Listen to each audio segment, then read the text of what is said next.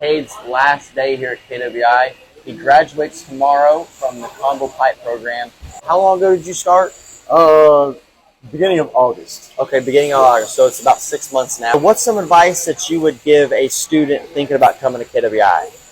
Man, just keep your head down. It sucks for the first little bit, but once you get the hang of it, you'll fly. You'll fly.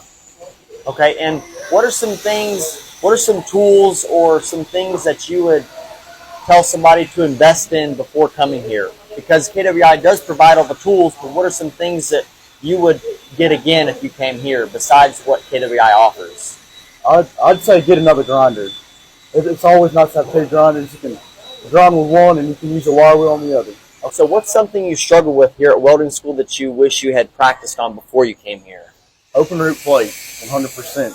I was stuck on that for easily a month and a half, 2 months.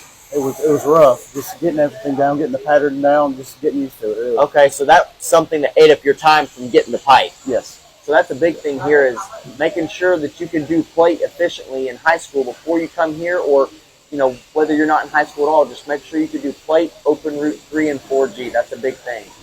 All right, Kade, so here at KWI, we teach students how to get jobs, and we help them out with that. Where are you headed after KWI? I'm going back home to Huntsville, Alabama, and I got a job lined up with Rogers Group. Okay. It's a bunch of heavy equipment welding and a lot of pipe for rock quarry back home. Okay, right on.